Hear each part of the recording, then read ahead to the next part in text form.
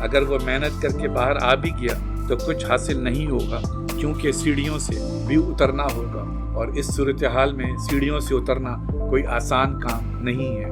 اگر سیڑھیوں سے اتر کر آگے بھی چلا گیا تو دربار کو عبور کرنے کا مسئلہ آئے گا۔ دربار کے بعد محل کا بیرونی دائرہ، اور پھر ایک بار زینہ اور دربار، پھر محل کا تیسرا دائرہ، اور یوں ان گنت سال گزر جائیں گے۔ اگر وہ کئی جگہوں پر اور زمانوں کے بعد محل سے نکل بھی آیا، کیا ہوگا؟ قاصد کے سامنے دنیا ایک دارالخلافہ اپنے ہی وجود کی پستیوں سے لبریز ہوگا۔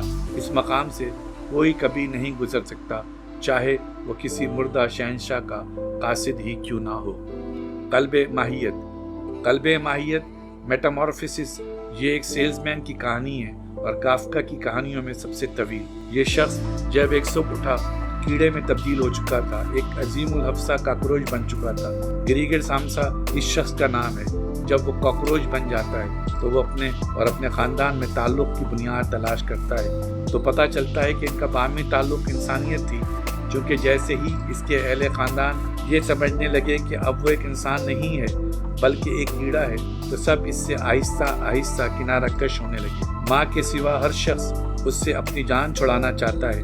اب یہی عزیز اس کے کمرے میں غلاظت پھینکتے ہیں، اسے حیوان کی طرح کھانے کے لیے دیتے ہیں۔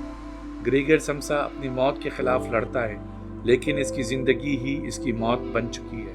جب وہ اپنی موت کے قریب ہوتا ہے اور اپنی بہن کو وائلن بجاتے ہوئے سنتا ہے تو وہ یہ محسوس کرتا ہے کہ جیسے وہ کسی روحانی غذا کی طرف بڑھ رہا ہے۔ گریگر سمسا موسیقی کے ذریعے ایسی دنیا میں پہنچنا چاہتا ہے جہاں اس کی روح اور دنیا ایک ہو جائے، لیکن وہ اس منزل تک پہنچے کیسے؟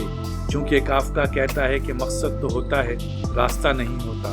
راستہ تو بس پاؤں کے ڈگمگانے کا نام۔ میٹامورفسس کے پہلے جملے ہی سے پتہ چل جاتا ہے کہ گریگر سمسا کی موت ضرور ہو جائے گی۔ چنانچہ یہ پوری کہانی موت کے آہستہ آہستہ وقوع پذیر ہونے کی داستان ہے۔ یہ کہانی ٹالسٹائے کی کہانی ایوان ایلیچ کی موت کی کہانی سے بہت ملتی جلتی ہے۔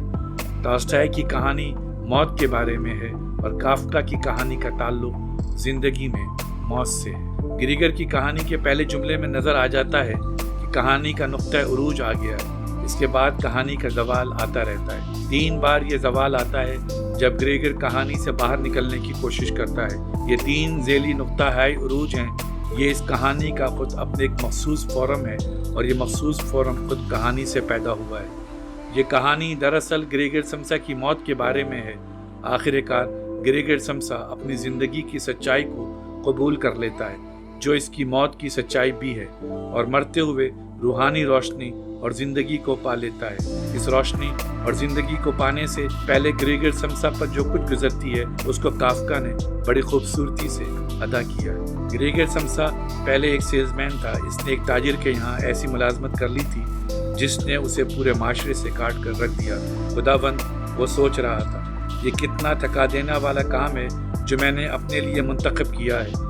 دن رات سفر کرتے رہنا، دفتر میں بیٹھ کر عملی طور پر بزنس کرنے سے پہلے مشکل کام ہے، اور اس سے بڑھ کر سفر کے بارے میں پریشان ہونا، ریل گاڑی کے اوقات اور ان کے کنیکشنز کا خیال رکھنا، وقت بے وقت کھانا، انسانوں سے ایسے تعلقات رکھنا جو قائم ہوتے ہی ٹوٹ جائیں۔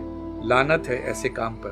کافکا کے والد نے کافکا کے بارے میں کہا تھا کہ زندگی میں اس کے لڑنے کا طریقہ کیڑوں جیسا ہے، کاٹنا بھی اور پھر خون بھی چوسنا۔ اس کہانی سے ظاہر ہوتا ہے کہ کافکا پر اس کے والد کے جملے کا کتنا گہرا اثر ہوا۔ قلب ماہیت میں جب گریگر سمسا دفتر نہیں جاتا، اس کے کمرے پر دستک ہوتی ہے، وہ سیدھا ہو کر دروازہ کھولنے کی کوشش کرتا ہے اور اپنے آپ کو دفتر کے چیف کلرک اور گھر والوں کو دکھانا چاہتا ہے، اور سوچتا ہے کہ اگر وہ ڈر جاتے ہیں تو یہ ان کی ذمہ داری ہے، اس کی ذمہ داری نہیں۔ لیکن اگر وہ اس سچویشن کو خاموشی سے قبول کر لیں تو پھر اس کے لیے بھی پریشان ہونے کی کوئی وجہ نہیں ہے، اور پھر وہ جلدی کر کے 8 بجے کی گاڑی پکڑ سکتا ہے۔ لیکن گریگر سمسا کی ماں اسے دیکھ کر بے ہوش ہو جاتی ہے۔ چیف کلرک بھاگ کر رخصت ہو جاتا ہے اور اسے اس کا باپ کمرے میں واپس دھکیل دیتا ہے، اور پیدل چلنے والی چھڑی کے ذریعے اور باپ کے دھکا دینے سے وہ کمرے میں آ کر گر جاتا ہے اور اس کے جسم سے خون بہنے لگتا ہے۔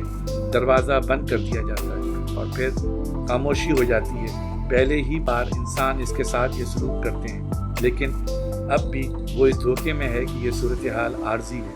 گریگر سمسا کی آواز اس قدر بدل گئی ہے کہ دوسرے اس کی بات نہیں سمجھ سکتے۔ خاندان میں گریگر سمسا کے لیے اصل آدمی اس کا بوڑھا مگر مضبوط باپ تھا، لیکن اس نے پہلے دن ہی یہ طے کر لیا کہ بیٹے کے ساتھ سختی کی جائے، چونکہ اس کا خیال تھا کہ اس کا بیٹا اب زندہ رہنے کے لائق نہیں ہے۔ لیکن اس کی ماں اس پر رحم کھاتی ہے۔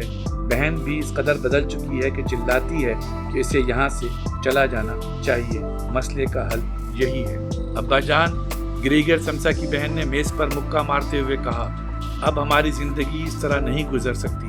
ممکن ہے آپ محسوس نہ کرتے ہوں، لیکن مجھے شدت سے محسوس ہوتا ہے کہ میں اس افریڈ کے سامنے اپنے بھائی کا نام بھی نہیں لے سکتی۔ مجھے بس یہی کہنا ہے کہ ہمیں اس سے بس نجات حاصل کر لینی چاہیے۔ ہم نے ہر طرح کی کوشش کی ہے کہ ہم اس کے ساتھ رہیں، مگر نہیں رہ سکے۔ اب ہمیں کوئی الزام نہیں دے سکتا۔ گریگر سمسا کی بہن اپنے ماں کے قریب گئی اور جب اس کی ماں کو شدت سے کھانسی آ رہی تھی، ابا جان، اس میں آپ دونوں کی موت واقع ہو جائے گی۔ جتنی محنت ہم لوگوں کو کرنی پڑتی ہے نا، ہم اتنی محنت کے ساتھ گھر پر اس نوعیت کے دکھ کے ساتھ زندہ نہیں رہ سکتے۔ اس کی ماں کھانس رہی تھی اور اس پر کھانسی کا دورہ بہت شدید تھا۔ وہ بڑی شدت سے چیخ چیخ کر رونے لگی، یہاں تک کہ اس کے آنسو اس کی ماں کے چہرے پر گر کر بہنے لگے۔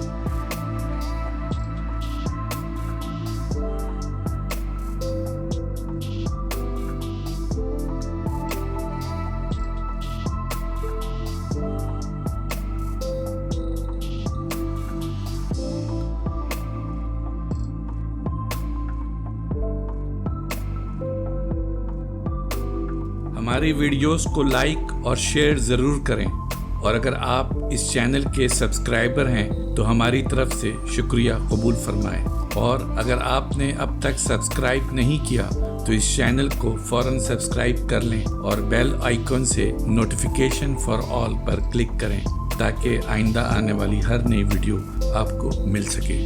شکریہ۔